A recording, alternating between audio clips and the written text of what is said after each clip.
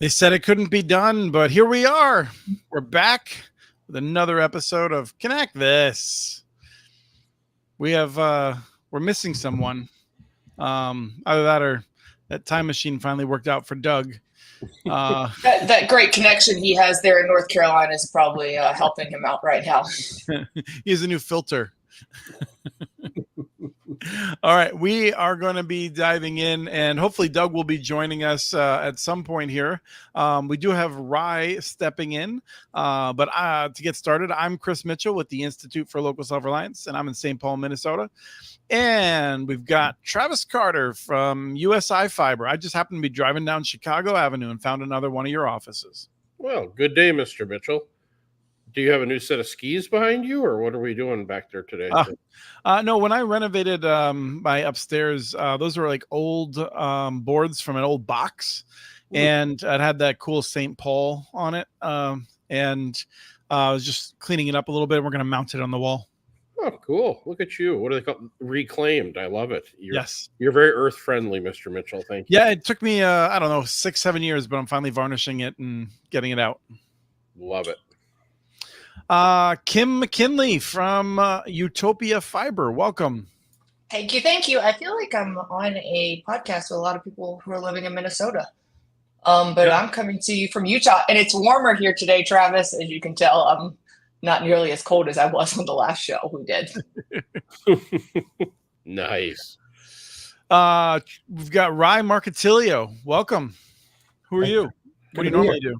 Usually hiding. Associate Director for Research at ILSR, working on broadband stuff, and joining you here. So good to be here. Yeah. So a few little details. One is this is another 99.x episode because we're working our way to the 100th. I wanted to level with people that the real reason that we haven't gotten to episode 100 yet is between all of us that work on the show, we're out of fingers and toes, and we're nervous about being able to count higher than 100. So that's what the delay is. But it will be coming up at some point here. See, I thought you were doing this in honor of Bob Knight. These are the radio station episodes, 99.3. Yeah. We're crawling our way up the FM dial. Exactly. I believe this is 99.3. I thought we were at 99.5 yet last time. Well, I messed it up. I thought I went to 99.5 and then I went to 0.75 and 0.88. But Rye decided to do it in a more rational way that also has no faith that at any point will we soon get to episode 100. So we're gonna go exactly what I did, Chris. I thought we were starting way too high up on the list. Yeah, let's give ourselves a little bit of breathing room here. Yeah, it's gonna be like software where we're gonna be like episode like 0.998743221.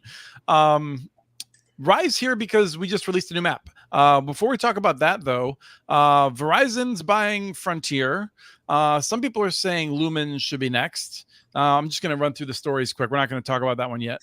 We're going to talk briefly about Vermont is doing a cool thing to make sure that people that low-income households that are far away with long driveways from the network can get a drop. AT&T and Gigapower, the network that we were, I would say, confused and skeptical about, they've announced 4 carriers are going to be using it. Charter has not deployed CBRS after 4 years and say that they're still delaying it. It's just some interesting things, little odds and ends about cooperatives and the fact that all the BEAD projects are still slated to be taxed ridiculously. And maybe if there's time, we'll talk briefly about the presidential debate and another little odd and end thing there. Not like we're going to spend a lot of time on the presidential debate because they didn't spend a lot of time on us. Now, did they? So we have a new map, and it's a little bittersweet. Not bittersweet. It's sweet for me because in March of 2011, I, working with an intern who's been with us all these years as a contractor since then, doing a lot of great work with us, Eric, we launched a map that showed all the municipal broadband networks in the United States, all of the cable and fiber networks. And so now Rye came along and was like, psh, this is dumb. Let's do it better. So what do we do, Rye? I don't know that it went quite like that, but we've been brewing a new map for a long time, and a precondition to that was revamping how we track the community networks and which we now do in much greater detail. And then that lets us do things like build a new map and update it with relative ease. And so we've been working on it over the summer, and I'll throw the link in the chat here. And it is live right now. It shows at present all the municipal networks in the United States. It shows retail networks. It shows open access networks. It's got the institutional networks that cities use to run smart grid stuff and other internal operations. And then there's the non-retail side on there where we kind of lump together the wholesale transport ones that we're aware of. Bunch of cool stuff on it. It's got a new look and a new refresh. The old map was wonderful, but the new one lets us do more things. And so we spent the summer building it, and we hope that people like it. Did it cost like $700 billion too, or was this one a little? That's proprietary. Yes. Also, took the wind out of my sail. That's exactly where I was headed. Good job, guys. $250 million. You guys did an amazing job with the map. You'll also see that I'll start coming to you from the dark side of the moon, where my new chateau is. There will be signs, everyone. Those reclaimed wood boards are not cheap. Yeah, it cost me several splinters. Mm-hmm. We're excited about it. Rye has done a lot of great work to allow us to track this information, and we're trying to figure out how to expose that over time in different ways, but would love people's feedback. We are still trying to track down more institutional networks. There are additional networks that connect city buildings and things like that we are not yet tracking that we would love to have. Travis, you had your hand up? I'm just curious, are these networks that are completed and running, or are they ones that are in process of being constructed? How did you guys delineate those? So I always had this tight rule that if you were on the map only if you had customers connected. Okay. So Rye, do we still have that rule, or are you fudging it now? That rule is mostly in place. They still, I suppose I should move myself over. They still make it into the database as active if there has been confirmed money committed, Travis, by the city to a project. And then if after some period of time, and it can't just be like a feasibility study, it needs to be deployment infrastructure funds committed. If after some period of time, we can determine that no progress has been made, then they go back to inactive. But every network you see on the map should be active, and the vast majority of them serving people today. Wow, well done. Well, because I don't see bead on the map, that's why I asked. Let's get it out of the way, Travis. How you have a question for us? Well, I was just wondering how many people we've hooked up on bead so far. Our lifetime infrastructure plan. More people have been connected by people who bead as crafts than have been connected by the program bead. Thank you. Okay. No. We'll get how do you feel about bead, though? Yeah. Yeah, but how do you feel about bead? We need to know that question, Chris. Are you still positive about bead? How much of this money do you think is going to be used for good? How much do you think is going to be wasted? We just want an update. Well, here we go. And actually, I don't know if Rye's been forced to do this on the record. So let's get Rye's number first. What's the percentage? What's the percentage going to the big companies that we would prefer not get it?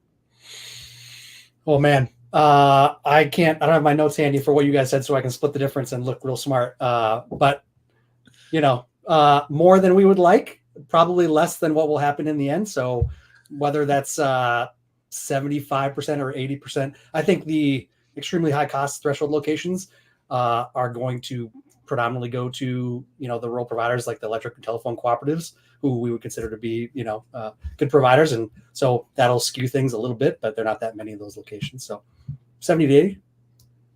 I'm going to say 57% is going to go to the big companies.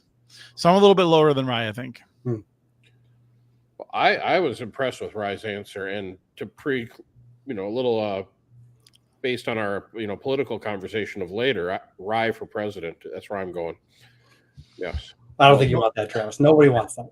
Absolutely, I do. Yeah. That's how I'll get on the FCC finally. Yeah. Kim, you want to stake out a position in the new administration? Nobody's letting me be political. Come on. Let's be honest. Nobody likes my dance skills. You have to be a better dancer than me to be in the politics. And I'm not a suit girl, so I mean, wearing a suit would be really hard for me. But I'm for Rye for president. I'm good with that. So Rye, I think this is a new thing that we need some yard signs for. Yep. I'm gonna write them in. Oh God! See, this is now Rye's not going to come back on the show if he's going to get additional responsibilities. All right. So that's the new map. Rye, you are welcome to disappear and produce, or you can hang out here and wait. Can I ask one more question? Rye, what map engine did you use? This is really cool. This runs on Mapbox, and it's embedded on the website. So I should have said also that there are lots of plans, lots of things on the wish list for things that we would like to add to it. So you can navigate around the map, you can use the filters and stuff, but you can click on each of the individual community dots on the map, and a little stat card will pop up and give you things like name of the community, the name of the network that they are a part of, population, and the business models that are there. And so, we're kicking around the different things that we could add to that. Everything from like the technology. Is this a fiber served community? Is it wireless? Is there dark fiber present in that community? What else can we do there? So if folks have questions or ideas or corrections, they can always drop me an email, and it should be at the bottom of that page there. I feel a bead map coming up soon, Rye, where you put in how many people have been connected and then divided by the dollars we spent, and I think that'd be a fun one for you guys to do. So Go ahead, Chris. Well, I was going to ask: is there going to be a map that we can see what is like who has been connected on bead? That map is being developed. They haven't printed enough money yet for the people who are making it, so they're working on that. Okay, just asking. Yeah, and it'll be done in crayon. Rye, we will have to take a look at this. Duluth is on the map, and I think that project may not be moving forward, and its neighbor Superior is not on, but they are actively building right now. So we'll just have to move that dot a little bit southeast. I feel like half my job from now on is going to be dealing with dots, Chris, which is okay. How good are your eyes? Do you need some big glasses? Because I got a lot. Do you need some? Okay. Speaking of that, I want a ringtone like the old dot matrix printers, huh? That'd be a pretty great ringtone. I don't know why that just popped in my head. That would give me PTSD if I had to hear that dot matrix printer. Or it's kind of like, don't they have a ringtone of like the old internet? When you had to dial in the ding. Yeah, that's another one that would give me PTSD too. I was on an event where someone was able to replicate that with their mouth. Okay, moving on to the next story. This is a big one. So Verizon's going to buy Frontier, and I feel like Doug nailed it. And there goes Rye. So it's the three of us now. Doug nailed it in his post. Just like a lot of people are noting the weirdness of like Verizon is sold all of its stuff to Frontier, which made Frontier that big, and now it's buying it back. And then what I thought was interesting was some people like Craig Moffett were like, this is not a great idea for Verizon, and then others like New Street Research were like, they should buy Lumen next. So I'm just curious, and we've got Doug in the waiting room, and but Kim and Travis, do you have a reaction to it? Well, I have a question, and since Doug is here and he's the expert, so when Verizon sold all of it to Frontier, did they sell it at a premium and now they're buying it back on pennies on the dollar, or is it vice versa? I think, so it's actually hard to say because, Doug, when you answer this question, I don't know how much you know about the tax breaks involved, but my understanding is that the selling price had very little to do with the overall benefit, which was massive. The most of the benefit Verizon got, I think, was from the tax benefits. I think so, but it turns out that it's almost the same price, but they didn't get there. I mean, they sold copper, they got back fiber, and they roughly paid what they sold it for after all these years. So, but both were negotiated. I believe they sold it at a premium. I think quite honestly, I think Frontier was kind of a dupe, but but they got funding. Hold on. for it. Hold Yeah. on. I wanted to make sure we covered this because like you Yeah. cannot say that Frontier was duped when Verizon Oh, no, sold no. a bunch of crap to Hawaiian Tel, right? And Hawaiian Yes. Tel went bankrupt. And then Verizon sold a bunch of crap to Fairpoint, and Fairpoint went I know. bankrupt. And then Verizon was like, "We got some stuff to sell," and Frontier was like, "Ooh, me." And so, what are you going to do with that? Well, no, they all pay too much. And the reason for this is, remember that in all three of those cases, management and those companies had a huge bailout during the bankruptcy. So the guys buying it don't really care if it, in the long run, they don't really care if it makes money. They care that they get paid a lot. Right. It's hard, as hard as that is to believe. You know, the folks, when these venture capitalists get together and buy this crap, it's for their own personal gain and their investor gains. You know, they really don't care how well the company does in the long run because they're not going to be there. The people who bought Frontier were gone before the bankruptcy. I mean, that's how it works, right? So, okay. yeah. So here's the question: if Lumen is going to be purchased next, should I have Lumen stock or not? This is just totally theoretical, and I really need your best guesses here. It'll absolutely go up a little bit on the purchase, but I don't know who the heck would buy it. That property, I mean, that's the old US West. Every single buyer of it has lost their ass. There's 4 different times it's transferred hands. Every one was a disaster.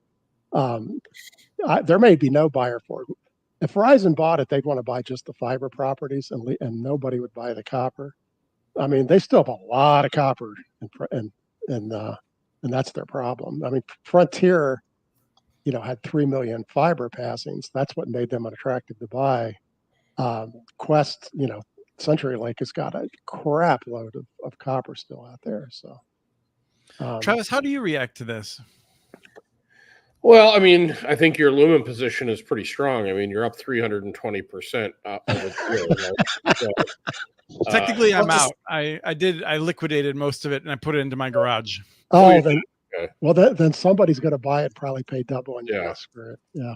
I guess my thought is, and I don't know where this, you know, I thought the general consensus on these cellular networks buying it was they were getting much more significant retention of their cell business if they can provide home internet as well. I don't know, is that true or not? Is that Convergence? Because I keep seeing that in the news stories. Yeah, I keep seeing this as well. I think the theory is to hold on to the cell business. You know, give them a wired component as well, and then also with the Wi-Fi offload, it really helps their tower congestion. And that's possible, but they're already getting that Wi-Fi offload through. I mean, every cellular company already benefits by ISPs anyway, so they're not really getting correct. Anything. Yeah, I just think I think it's the whole bundling thing. It's kind of like, you know, Comcast selling cell phones, right? And that's popular with consumers. We're gonna we're gonna come back to that, but Kim had her hand up. I did. I was going to ask the question of when they make these purchases, is it really about the technology in the ground?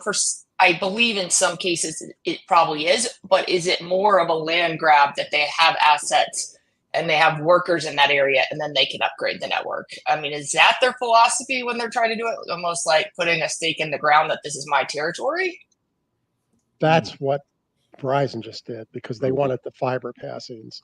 And remember, they will get the employees, but they'll probably only take 60 or 70% of them. So they will also have a big savings compared to Frontier running it. They will lop off all the overhead people in Frontier. And so, I mean, they may keep some because they will lay off their own people. But the fact is overall, they end up cutting people. And so, yeah. Also, with this purchase, Frontier got rid of a bunch of Northwest assets to Ziply, right? So Frontier is smaller. It wasn't a lot. It wasn't a lot because they weren't giant properties, but they did, yes. So okay, so Verizon built the fiber networks that Frontier mostly has. Frontier built some fiber, but a lot of those markets Frontier inherited from Verizon. They were FiOS, and now they're going to be coming back. Yeah, but Frontier built probably 80% of the fiber they sold back. They didn't. I mean, they built a whole lot in the last 2 years. They built a lot in the last 2 years. Yeah. Okay.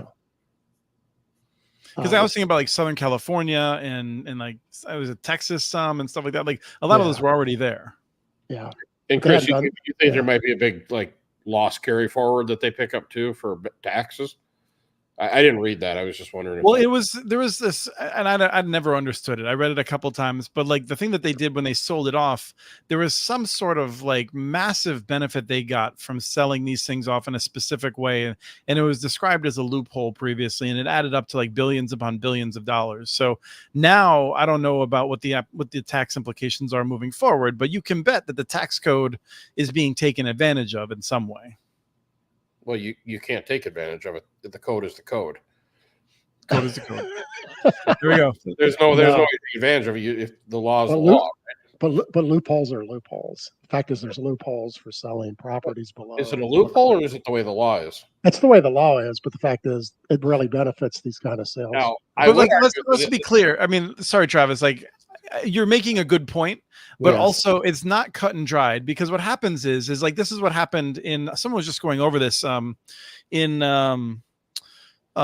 was I just saying this in someplace where it was with the vehicles, right? At one point, trucks were exempt from a bunch of regulations versus cars, and trucks were defined as vehicles that went off road, I think. And one of the reasons we have so many SUVs now is because the industry was like, well, let's just only produce things that are trucks. And so they developed new categories of vehicles and labeled them trucks. And so that was the law, but also it was like a massive new loophole that had to do with ambiguity in the definition. And so anytime you're dealing with the code is the code, there are a bunch of definitions, and someone is stretching those beyond belief. And then other people are choosing to look the other way. That's how the code is the code comes to be, I think. Sure. I think what you're talking about is there's gas guzzler tax on cars. There's no gas guzzler tax on trucks and SUVs, right? Which is really ironic, right? But our fearless leaders, who our friend Mr. Mitchell is a big fan of, never changed the law. So you just operate within the law, right? I'll take that. It's my fault. 100%. Yeah. Doug, where were you going to go with this? I don't know. I just got lost in that good argument. Well, remember our max taxologist here, Mr. Mitchell, he wants to make sure that you follow the rules. I will give you the benefit, though, that Verizon and companies like that do have the financial wherewithal to hire the best tax people to understand the tax law, write it. I will tell you, in a big corporation, the second highest paid guy is the tax guru. Oh yeah. I mean, everyone forgets about him, but he makes more than the CFO and the CTO. This guy's very well paid. So yeah, it's a huge responsibility, and it's could like save or lose the company millions by just one thing they do. I mean, that guy makes more money for the company than anybody else. That's absolutely. It's worse than that. If you make a mistake, you just don't get a slap on the hand. They might put you in timeout for a year or two. Now, remember, AT&T Maybe the Arthur Anderson folks, I think, did pretty well in the end. But AT&T paid zero income tax in like 5 out of the last 10 years. I mean, these guys are good at this stuff. Oh yeah. Okay, so back onto our topic. One of the things that I just feel like is there's a bunch of people who are like, that this move was a poor allocation of capital, according to KeyBank capital markets analysts, according to the light reading article that I think we're using for this, which I don't know if that's in the chat or not yet, but thank you, Rye got it in, of course. And I think that what I want to come back to is that, like, the people who are running Verizon, like, I think that they do have a pride and they want Verizon to do well, but also they're going to get paid. Like Doug had said, like, these are people for whom, like, the negative consequences are they retire earlier with more money. That's what happens with these people who are making these kinds of decisions. And so it's hard for us mere mortals to try and figure out what's going on there. And they believe that this was a market grab, back to one of the earlier questions. I think they see T-Mobile buying up all these properties, and they went, we better get in the game. And that's why everyone else is going to be aggressively chased. It's a brilliant move. It's a brilliant move. Because there's only a handful of large fiber holders, and they were one of the biggest ones left. So, Kim, if I told you like a year ago, what's a brilliant move? Giving billions of dollars to Frontier to take over their assets. You would have told me I was nuts. I would have told you were nuts a year ago, but things change in a year. Like, not like my face with a lot of Botox, but other things change in a year. But the thing is, you're seeing these power grabs. People thought BEAD would hit the street this year. People thought all of these things. Now, we don't know when BEAD will really get released. So go out and grab all of these assets, try to block all the BEAD money or get it in some of these areas. I think it's a very strategic move. I think these big cable are doing exactly what they need to block munis and smaller ISPs from building out their areas. And I'll say also, one of the things I saw was people were saying that Verizon, some of the analysts think Verizon is not being bullish enough and going after the BEAD dollars. So there are a range of opinions out there. Not everyone is sitting here thinking that the BEAD dollars are going to go unclaimed. Well, except remember, in their traditional service area, except in Pennsylvania, there isn't very much BEAD dollars. I mean, comparatively. So, now if they encourage Frontier to continue to chase BEAD, because they were going to chase it heavily, then they will be playing in BEAD. So, yeah. Okay. Well, let's not forget that those copper assets are highly valuable, especially if they're aerial, because it's relatively straightforward to overlash fiber on there and convert that whole area. So, I mean, I keep seeing conflicting things on this. I don't know what to believe, because on the one hand, I think some of the Brightspeed was like some of the copper assets from Century. I think they got spun off, right? And they've been in a couple of articles talking about how, like, oh yeah, like when people have problems, we'll just we'll just run fiber out there. And if it was that easy, Travis, why don't we see more of them doing that? I mean, I think it is certainly better than building a brand new network there, but it's still got to be expensive enough that they don't want to do it. Well, here, and its numbers, let's say that a typical from scratch BEAD construction is $6,000 or $7,000 a passing. You could overlash that same rural area for half that if you have copper there, but they still want grant help to do the half. That's still $3,000 or $4,000 a passing. So they could do it, but they'd rather not. They would like the government to pay for a big chunk of it. Well, and let's assume there's no competition in an area. Why overbuild yourself? Why overbuild yourself? You spend that $3,000, don't make any more money. So no, I mean, Now, if somebody comes in and overbuilds you, like look what Lumen's doing. They, DOCSIS picked up and became a viable technology. Other fiber builders came in. They got to step up their game. I will note, when you ask why overbuild yourself, that is a question that is different depending on who you are, right? Because the co-op's answer is because our members need high quality service, and they are doing that, whether that's in West Virginia or Minnesota or wherever. They're doing it all over the place to do that. And now it's only the bigger companies where, the question is, will the CEO's pay increase if they do this or not? And the answer is generally no, so they don't. Well, right, and just announcing they're going to do it, their stock price drops, and they're all about stock price. So yes. And then there's a question about, I think not everyone understood your point about BEAD, that there's not very much available. Well, in the New England states, there's just not that many areas left. New York has made such an effort as a state. They've taken care of most of theirs. They also had some of the previous government funding available. Pennsylvania has a ton because the state has done very little strategically, and also because money that was available in the past went to Viasat. So of course nothing happened in vast areas of Pennsylvania. So and we don't know that Verizon won't chase Pennsylvania. Nobody really knows it. They've not said a word. Yeah. So yeah. Doug, you're trailing off a little bit, so try to end your points with emphasis with the mic. Get angry, Doug. Get angry. We need a Doug rant. Doug rant. The next thing is a short topic. Vermont has some money left over because a lot of their, Travis, are you sitting down? A lot of the things they put their government money in from the rescue plan came in under budget. And so they had extra funds left over, and they are now allocating it to do installs for people that live along long driveways and things like that for low-income families. And so I think it's like $2.5 million or something they're figuring out how to distribute. In Vermont, typically, I guess, like if you're within 400 feet of the right-of-way, you get a free install. And if you're more than that, you got to pay, and it can get pretty pricey. Not everyone has that kind of money, so the state's going to be helping out there. Any thoughts on that? Cool. Yeah. They right. should. Yeah, If you they got should. if you got extra money, that makes sure everybody gets connected. I don't dislike it. What's weird is that they got extra money. I mean, the Capital Projects Fund gave every state $100 million. BEAD's given everybody at least $100 million. They didn't need $200 million. And so that's why they have the extra money. What do you mean they didn't need $200 million? They're doing I think Vermont's getting on the order of like 300, I thought so, from the BEAD, and they put a bunch of money from the rescue fund, but they still, a lot of those locations they're expecting to have to take bank loans in order to build out. Well, they are very high cost. They're in the mountains. So yeah, but I mean, most of the New England states like Connecticut and Rhode Island all got all that money. And, I think Rhode Island had 78 BEAD eligible locations that got $100 million. Right. Although, I mean, so Rhode Island has different issues. And like this gets into my thing with you, Doug, and Charter, which is like Rhode Island and Charter.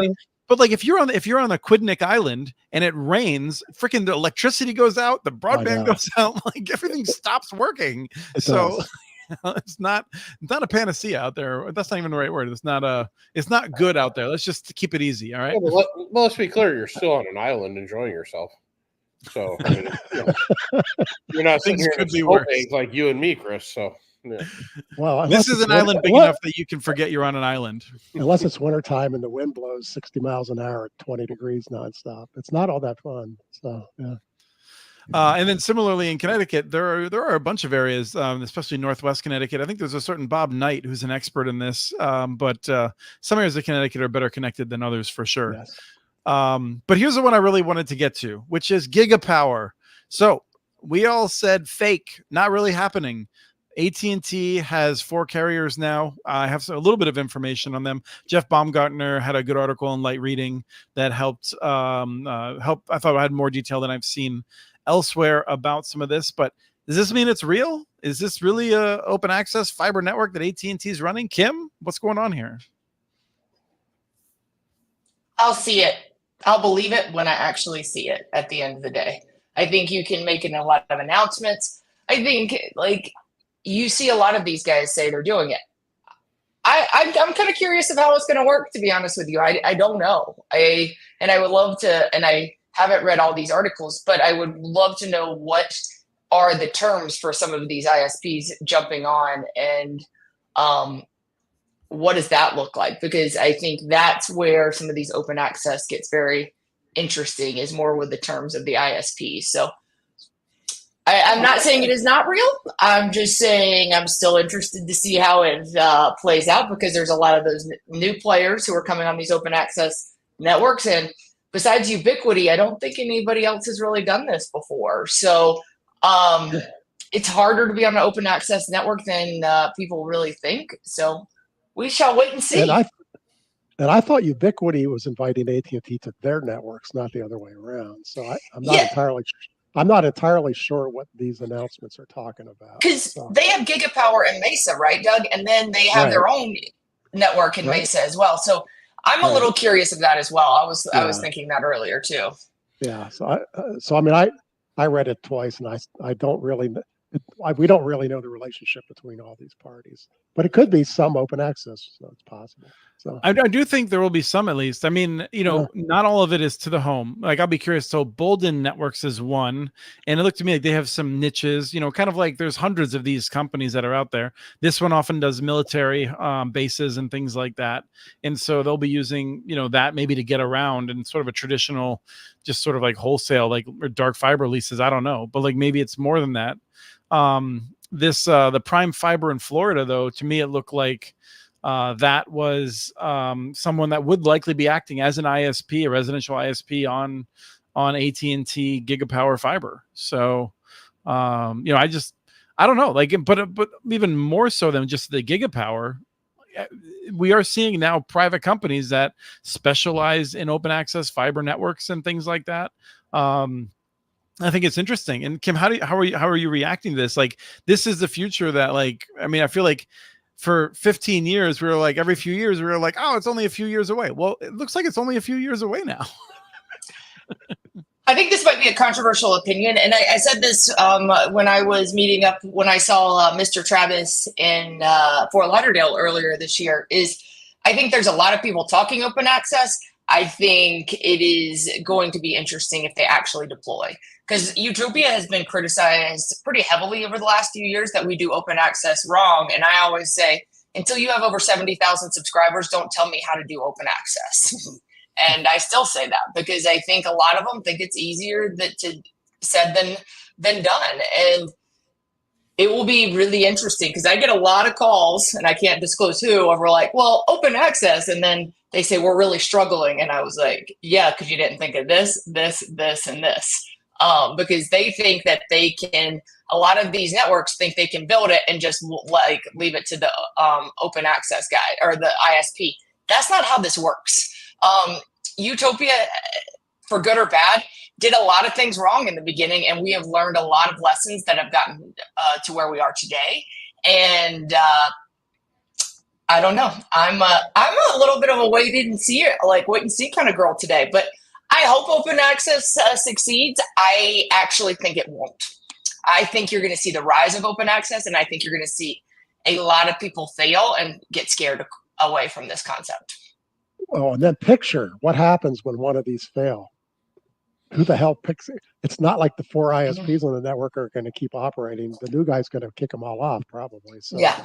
I mean, it could get very, very ugly when these things fail. So, yeah.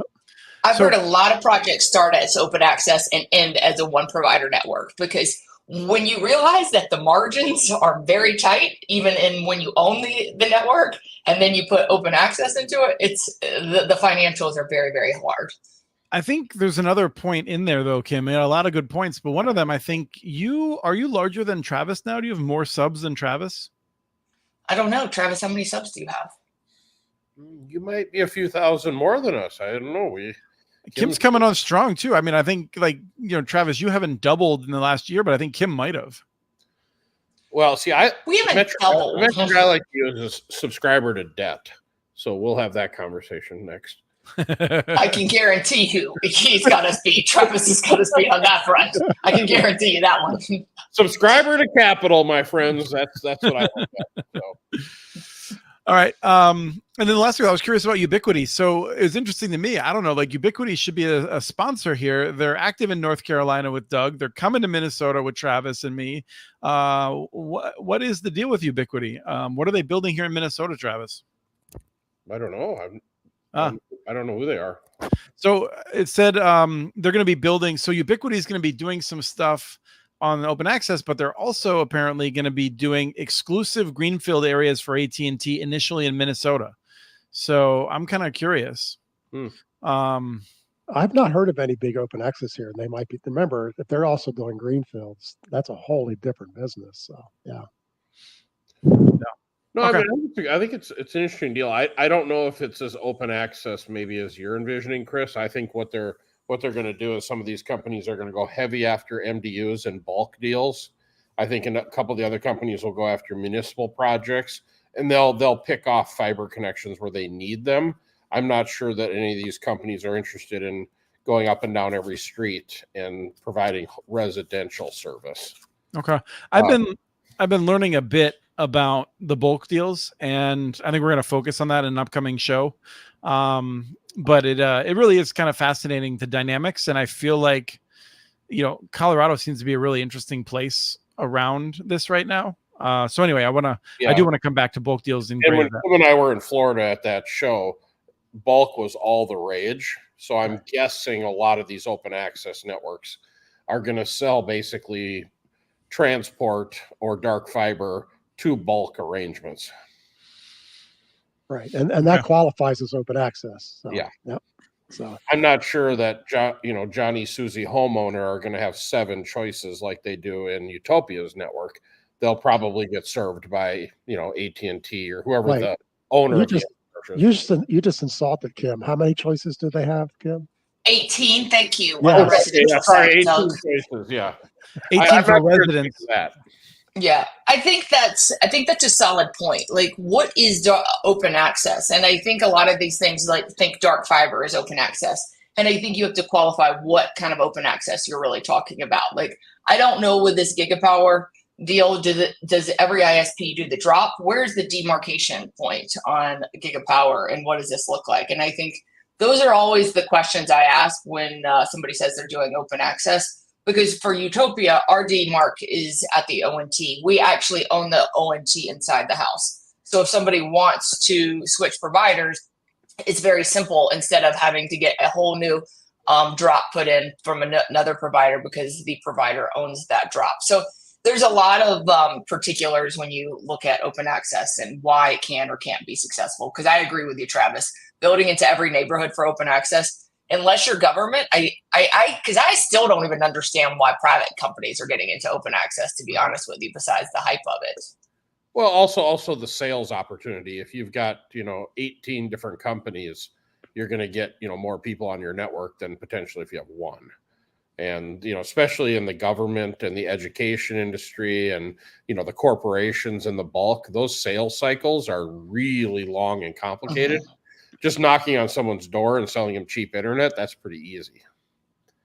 And I'm not sure there's enough margin in there for them to do that. But it'll certainly be interesting. I mean, just the ability to have access to fiber, because the one question you can never answer to people is, I see the fiber route out in front of my house. Why can't I use it? Nope, you can't use it. It doesn't belong to you. It belongs to the government. It belongs to AT&T, whoever it belongs to. And in this kind of model, you know what? Anybody should be able to use the fiber that's in the area. They just got to find somebody to light it. I do want to come back to that also and talk about those in a future show, about those siloed networks that were built long ago. The debate, two presidential candidates, not a lot of talk about internet access. Any thoughts about what we saw there? If there would have been a series of 4 debates, it would have come up. I remember years ago, we had 3, 4 debates, but in a one debate, that's not going to make it on the list. Yeah. So. Yeah. Well, I might have been the only person in America who did not watch this debate. But was there any talk about the infrastructure bill at all during the debate? No. Not at all. Not able to. I mean, it was pretty substance free. I mean, it was a lot of there was a moment where a lot of people were laughing about at one point Trump said he had a concept of a plan around healthcare, but also when it came to housing, Kamala was I have a plan for that, but didn't share what the plan was. So, it just was one of those things where I feel like most of the people came in rooting for one side or the other. They left probably feeling pretty similar. But as far as the debate goes, I think one side definitely won, but it wasn't because of they overwhelmed with details about their plans for America. Fair enough, Chris. The part that I wanted to note is that what have I been saying about this is that if Trump wins, one of the things the FCC would do is go after the companies. And what did he do the morning after? He said that he would be going after ABC's license because he was so upset with the debate.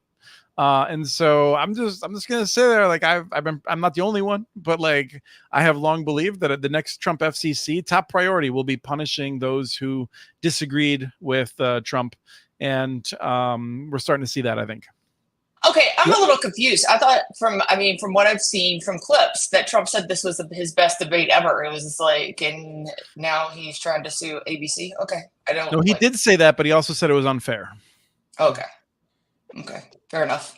Now, I wrote a blog yesterday that said that if Republicans win, you got to remember all the Republican senators have been very upset with BEAD because they think the NTIA went too far, and it's very possible they put a hold on it, because they'd like to get rid. There's 6 things in there. It turns out ISPs also would like to get rid of those 6 things. So that side of the industry would not be upset by these changes, but it would put another year's hold on it probably. And so, politics could make its ugly head pop up here. We also have the bigger issue in that Congress in general, on the Republican side, said they would like to start clawing back the unspent infrastructure money to hold down inflation. I mean, you never know. They could suck the money back out of BEAD. I mean, it's not impossible. So, okay. Yeah. So let's take Jay Hankey's question. And there is a there is a dramatic turnaround, and Rai Marcatilio wins the presidential election unexpectedly with a commanding 85%, Saddam Hussein-like margins. And we are the advisors. Did you just bring a Saddam Hussein reference up on Connect This? Is this like... You know why? At this point, who even knows did what it was anymore? Only us old people. You know why he did it? Because he was tired of saying Herbert Hoover. That's the reason. So. Yeah, that's fair. Okay. That's fair. Someone who is as popular as Wilson was unpopular. No. At any rate, we are responsible for dealing with, what do? We're inheriting BEAD, which is almost ready to go out, but we could mess with in some ways, and it will be a bureaucratic mess to try and do so. But what do? Yeah, that's what I thought. First of all, we have a lot of drinks, I'm guessing. But next step, what is it, Doug? I mean, who's we? So if you're advised, like someone wants you to go ahead and take whatever stepping in 2025, you're going to step in and try to make sure that the government expenditures are as useful as possible. What are you going to do? I would strip out all those stupid rules out of BEAD so the money stretched further. So you would give more flexibility to the states, and I would make it. I would be glad to let it lag for another year first to do it right. Yes, there's enough money there to build a lot more fiber if they got rid of the dumb rules. So these are things like you would take out like the climate resiliency plan, the labor requirements, I'm trying to think of some of the mandatory environmental studies, which are the credit requirements, the credit requirements. Yeah, there's a lot of things. I would get rid of the low cost ones too. I think that there's a lot of things. When I've talked to some of the Republicans, from what I've talked to, they actually want this money to go out, but they want it to go out faster and with less restrictions, which is a little bit shocking to me. So to be honest, the only people who are going to navigate this crap is the big telcos. So unless you reduce some of these restrictions, you're not gonna get that 57% going to or the 43% going to the other guys, Chris, because people don't want to deal with the bureaucratic stuff. Yeah, at the same time, the law is the law, so we would still be spending almost all of it in rural to serve eligible locations. Travis still wouldn't be getting any of this money. We can't change that absent Congress. Well, it's not true. There's money there to serve urban areas if you cover all the rural. If there's any left over, it can go there. So the fact is, I don't think there would still be much, but there could be some. So yeah, but no, that part of the law they goofed up. They just goofed that up. So Travis, is any of this compelling? Would it make you a BEAD supporter? No, I would do it completely different, but no one will ever listen to me. I would give. So let's just be clear. My question was within the constraints of what could be done, but if you could do anything, what would you do? I would give up to $25 million low interest loans to small and medium-sized ISPs to build out their service area.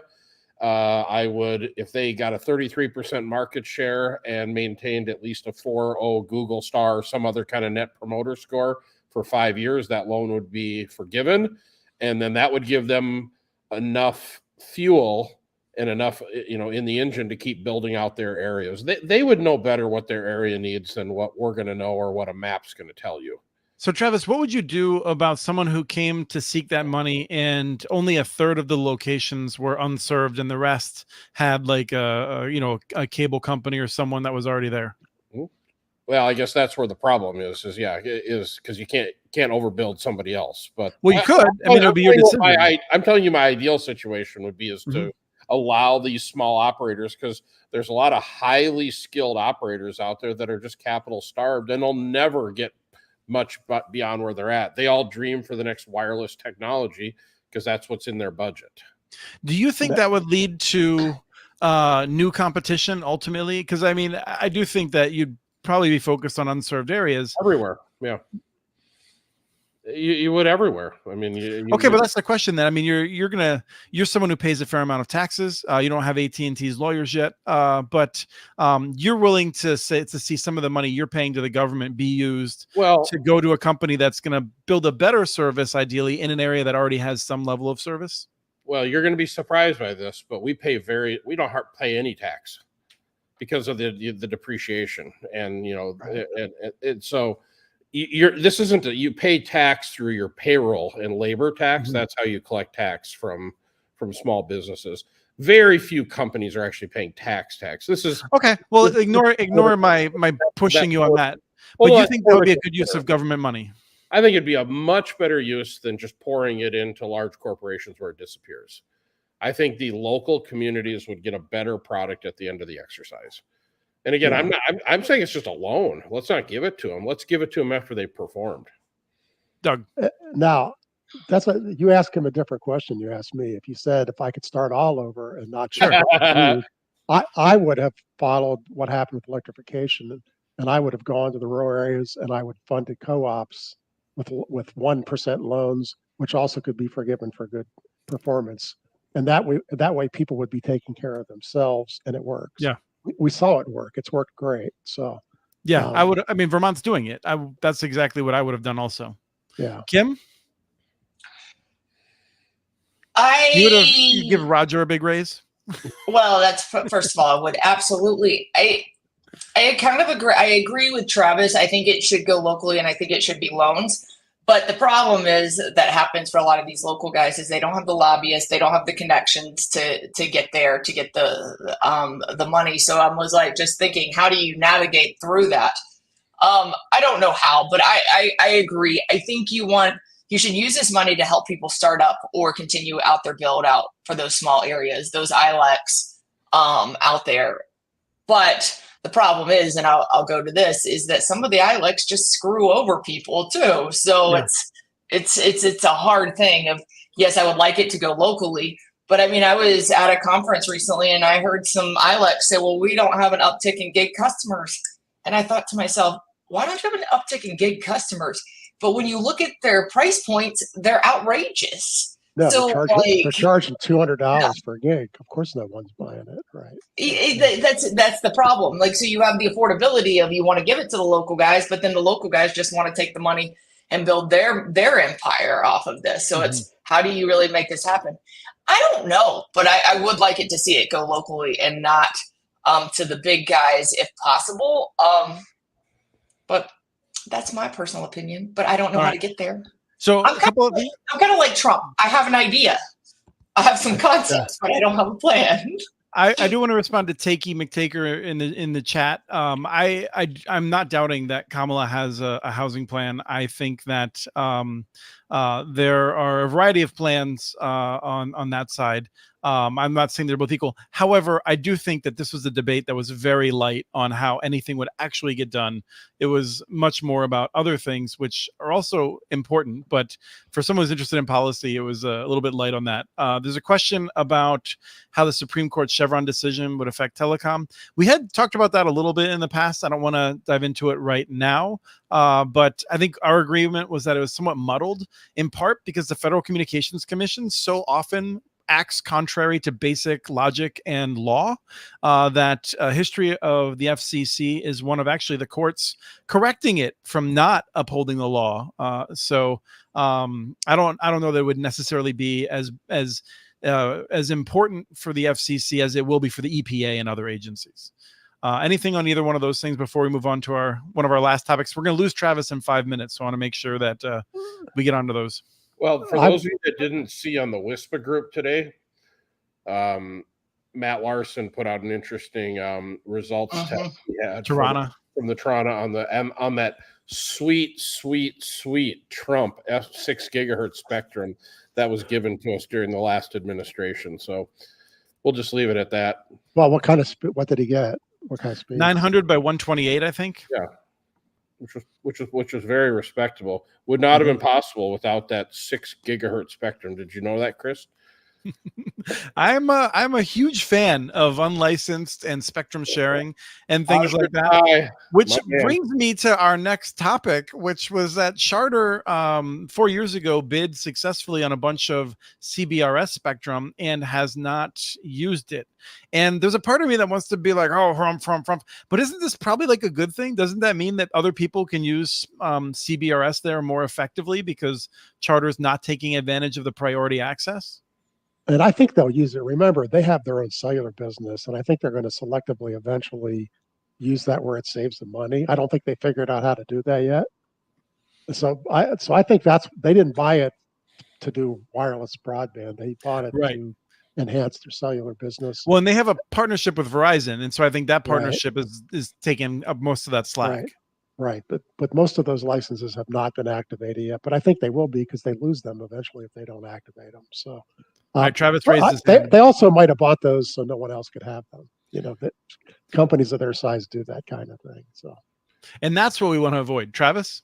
All right, so we're almost 56 minutes into this gig, and I guess I got to be the one to ask. Doug, did you move or something? Well, there's no plan behind you. This is a big change in your house. Oh no, I was babysitting my daughter's cat, and I had to move the palm out because he would have eaten it. The palm is downstairs. All right. It's been bugging me the whole show. So, all right. But the question is, and I don't know, Kim, if you had a reaction to this at all, but to me, if you win CBRS and you don't use the priority access, that just means there's more there for general access, right? Yeah. Well, the part that can be shared is emptier. Remember, the license part can't be shared anyway. So is it? They're literally part of that band is just being reserved and not being used at all. The license part, if they don't use it, it's just not being used at all. Okay, yeah. I thought that there was like a significant chunk, and as long as no one was using it, anyone could be using that chunk. Half of it everybody can use. Half of it's license only. Yes. Okay. So it is a waste then. That's frustrating. It is a waste. It is a waste. No, yeah. I just was. Don't tell Chris the dirty little secret of wireless spectrum and how much is actually not being used across the entire band. And rural areas, I talk about this all the time. In rural areas, 90% of it's not being touched. Right. No, I mean that's. I just had someone who said that they're going to be doing an event, tribally focused with AT&T, and they said, "Do you have anything to say?" And I was like, "Yeah." First of all, like, you're not going to be able to like beat them at their game, but you should ask them like if the tribes, like how the tribes should react to the fact that like there is all of this space that AT&T has exclusive use over, doesn't use over these tribal areas, and the tribes cannot use themselves, and instead have to try to figure out how to build expensive fiber networks when for their density, wireless, if they had access to good spectrum, would be the best solution. Now, years ago, before Sprint got sucked up by T-Mobile, Sprint was licensing a lot of their cellular spectrum to tribes for dirt cheap because they said, hey, you guys can use it out there. And so, you know, they were being good citizens with that. They did. I mean, I've worked with a whole lot of tribes who leased that spectrum. And they leased it to them for 20 years for $30,000 or something just to have a number, right? And so, you know, so these folks could share it if they wanted to. Mm-hmm. But Verizon literally said, it sounds like a good idea to share it, but it's just too much work, paperwork. They didn't go to kindergarten and learn the concept of sharing, and letting them like play with their toys. But yeah, no, I don't have any, like they've already spoken about it, Chris. What else is there to say about this? Like, it's no shock. Like, Travis, it is what it is. Last words? Well done, everyone. No, I have nothing exciting other than enjoy the last few beautiful days here of the Minnesota before it turns cold. We'll all go hang out in Utah with Kim then. Yeah, because it doesn't get cold here. All right, I got to roll, guys. We'll see you guys later. Thank you. Yeah. Yep. All right, so last couple of topics. And just to let you know, I was late because it wasn't my internet this time. It was my power. So. Well, I didn't hear that. What? It was my power. Oh no! So, yeah. So speaking of power, this is like I'm going to get a sequitur award here. But the President Biden, it's just weird. I keep in my head. I was like, is he still president? Like, yes, he is. It turns out he just announced in Wisconsin that electric co-ops will be able to take advantage of tax breaks that were meant for investor-owned utilities, and it's just a big deal. Like, many of us who advocate for locally owned and nonprofit and efforts find out that the tax code actually doesn't allow nonprofits to take advantage of money that's available. And sometimes local companies can't even take advantage unless they have the right kind of income.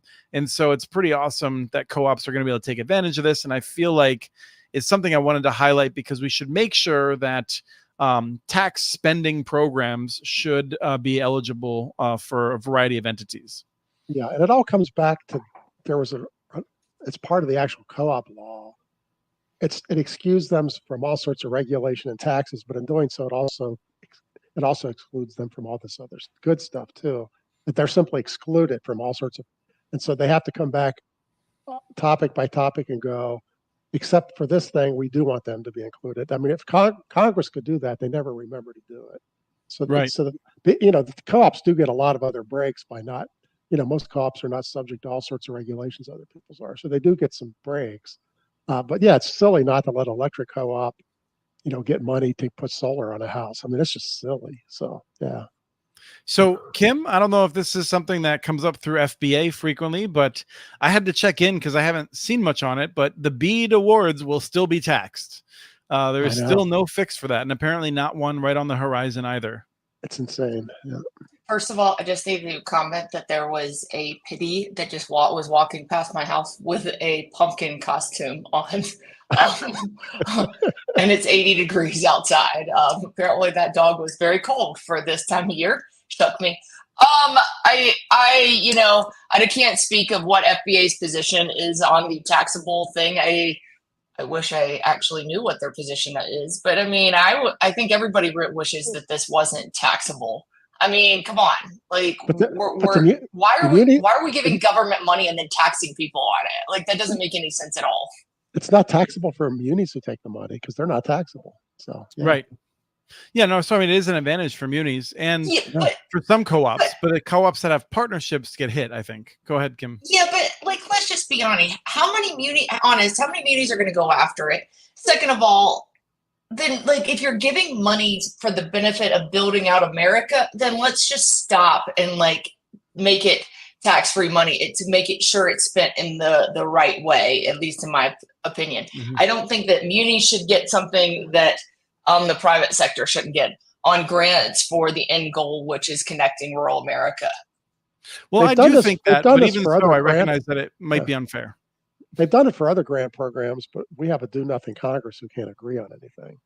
Congress in the past has always made these tax-free, but they have to act to do so, and never going to. It's not going to make it to the top of their do-nothing pile. So, yeah. And I know that some people are going to be like, this is just Chris ragging on Republicans now that Travis left, but the way that legislation has gone through lately, and this is the way the Republicans passed the tax bill, is that it's basically written by a bunch of insiders and no one gets a chance to see it. And then they have an up or down vote on like hundreds or thousands of pieces of paper.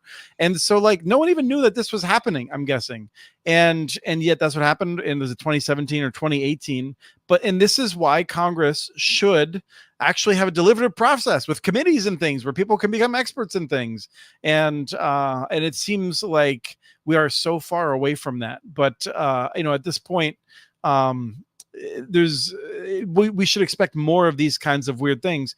But like Doug, like you said, Congress used to be able to fix this. It still could, but it used to be that the IRS had discretion to fix this itself. Yes.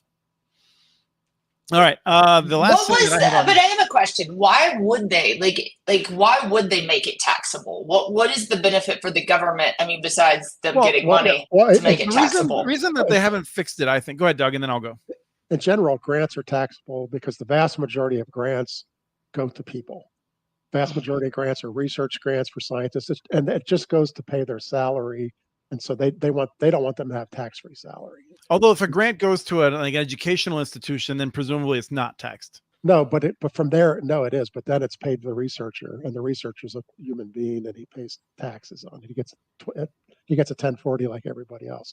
So and historically, the vast majority of national grants go to labor, and so of course they don't make it tax-free. So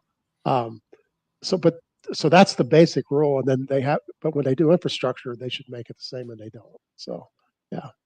But I think the other issue is something that we see, which is there's an archaic way that a lot of government works, which is they first authorize something and then they appropriate for it. And if you watch carefully, you'll see a fair number of people who will all vote to create a program and then not vote to fund it. And that's because they want to have it both ways. They want to say that they are being responsible with taxpayer dollars by not spending very much, and they want to get credit for doing stuff, and they just assume that people won't notice, and they're mostly right. In this case, I feel like it's a way for Congress to basically spend 80% of what they say they're spending, or to say it a different way, to get credit for spending more money on broadband than they really are. And I think that's why they haven't fixed it. It's gross. I think that Takey McTakerson has the right philosophy, is that you have to read all of this stuff. And I don't think a lot of people are reading it. And yes, we all know that this is how the government works. People sneak in bills at the last minute. Like if you are ever for your state when they're in session, or even when Congress or Senate is in session, it's the last few days which are the ones that everybody should be watching, is because that's when things get slid into some of these bills that nobody sees.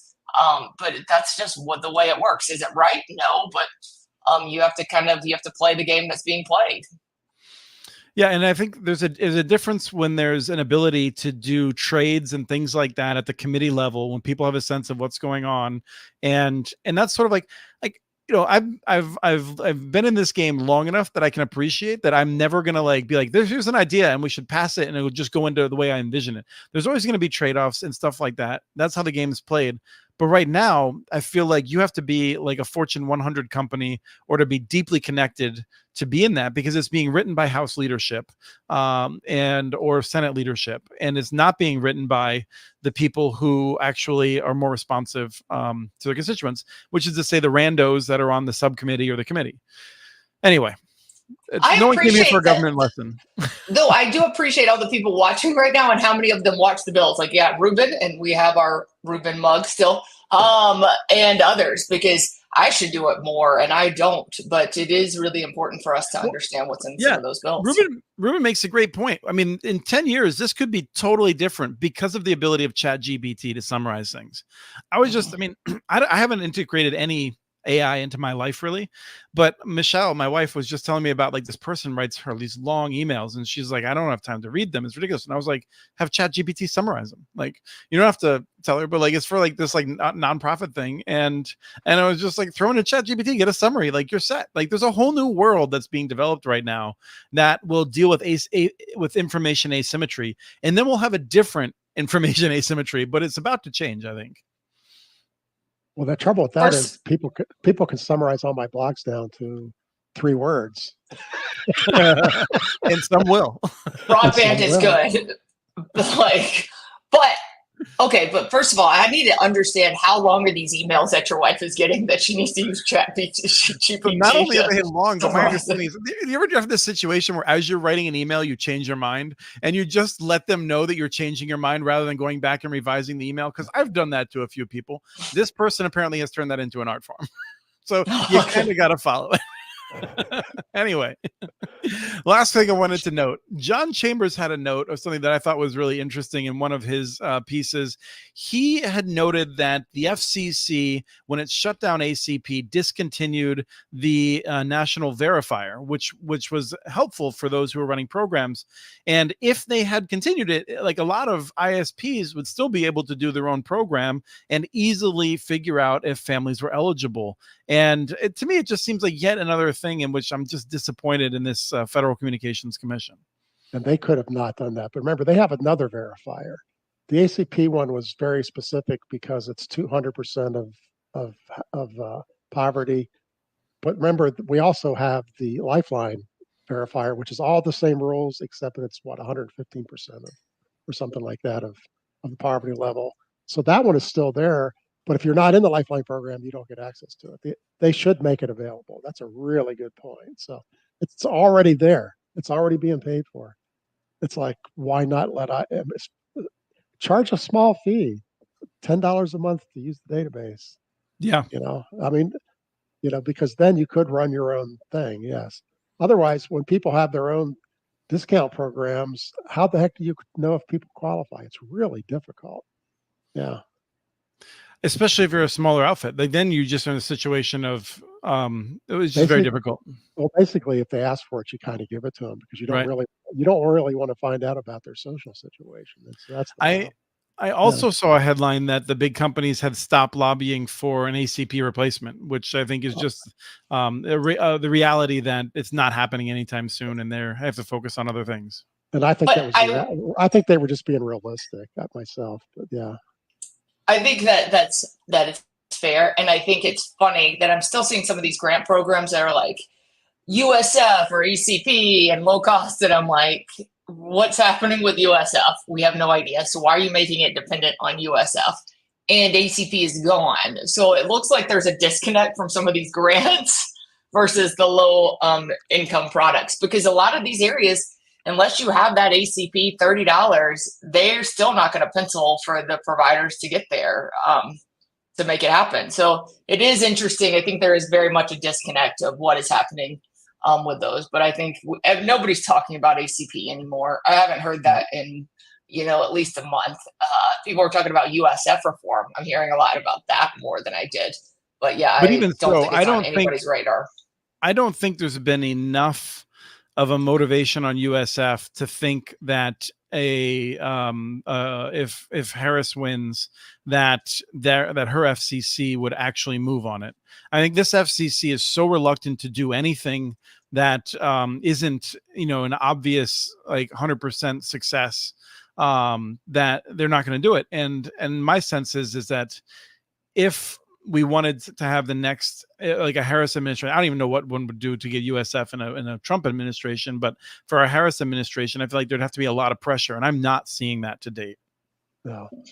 So, and that's also one of those items where they may be stepping across the Chevron line. It just gets real messy right now with the way the rules are. So, but back to ACP, the worst thing that the end of it has done, I was aware of literally 50 projects where nonprofits were going to go into urban neighborhoods and actually bring broadband, and they were going to subscribe everybody to ACP, and that's how they were going to pay for it. Those all died because they can't work without it. So, yeah.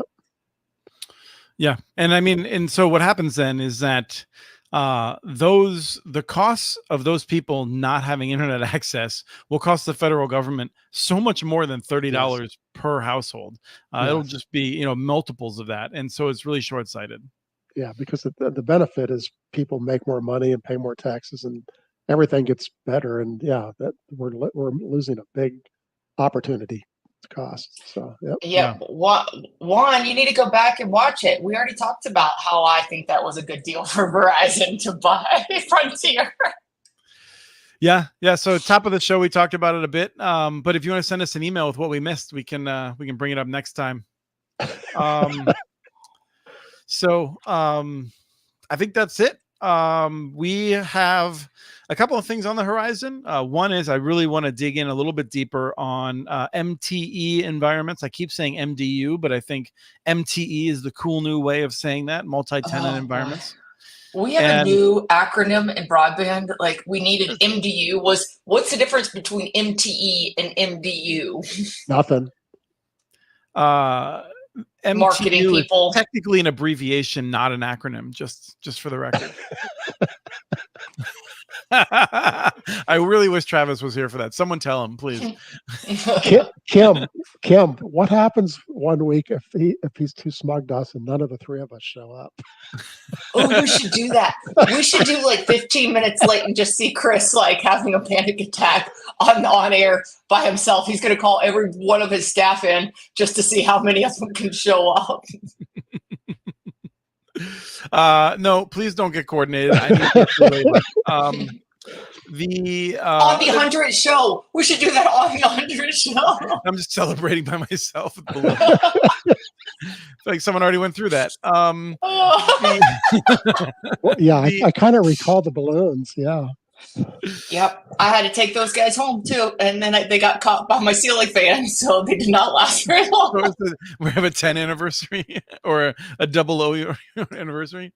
All right, so that was one show, and then the other show is I do want to talk more. We've been talking about this for a while. It's been asked for a while, but going deeper into IXs and the internet exchanges and things like that and peering. So those are things that we do have on the horizon. But always interested in what people would like us to talk about. Is there an actual plan for the 100th show? Do you have one? Kim has graciously volunteered to help, and so has Bob McKnight. And so McKnight. Did you just call him McKnight? I did call him McKnight. That's weird. Mr. McKnight. Hey, He's Chris, Scottish now. do you know this story of when I first spoke? This is 6 years ago, and you tweeted something about me, and you called me McKnight, and it's always been a joke. You know, I'm terrible with my mouth, but usually my fingers are better. And we're not going to go anywhere with that. No, we are not going anywhere with that. This is why you stick around to the end of the show, people.